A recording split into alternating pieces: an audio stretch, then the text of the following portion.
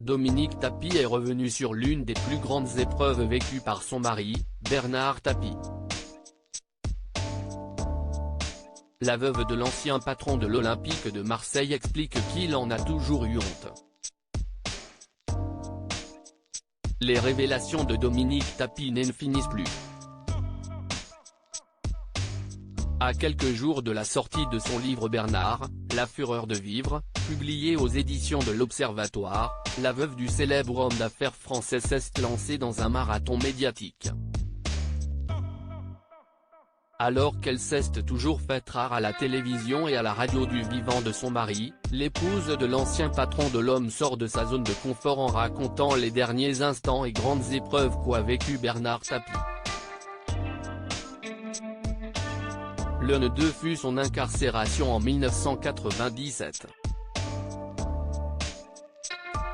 Des ennuis judiciaires qui le rongeaient, invité à évoquer un jour où sa vie a basculé dans le podcast du magazine Gala. La maman de Sophie et Laurent a choisi de parler de la condamnation de son compagnon, empêtré dans l'affaire VAOM.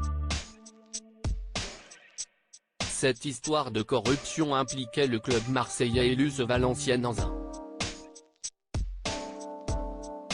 Au-delà d'avoir écopé de 2 ans de prison dont 8 mois fermes, il passera en tout près de 6 mois derrière les barreaux, notamment au Baumettes à Marseille. L'ancien ministre est embarrassé d'avoir mis son fils aîné dans une position très délicate. C'est en effet Stéphane qui l'a conduit à la police, après une promenade dans les bois. Ce dernier l'a accompagné en pleurs, étant évidemment affligé à l'idée de se séparer de son père dans de telles circonstances. Il me l'a dit en partant.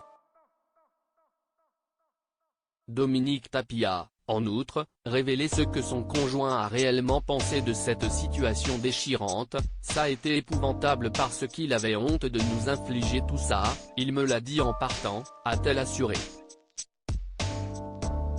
Et en plus de voir Stéphane, debout, qui le regardait rentrer dans le fourgon, c'est une image qui lui est restée à vie. La septuagénaire s'est également souvenue de la forte pression qu'a ressentie sa tribu recomposée à cette époque. Les gens essayaient de forcer notre porte, mais on restait très discret, très soudés. À ce moment-là, toute la famille habitait la même maison. On a essayé d'éviter l'incursion, s'est-elle ressassée. À lire aussi Ne me laisse pas seule, Dominique Tapie révèle la promesse qu'elle a faite à Bernard avant sa mort.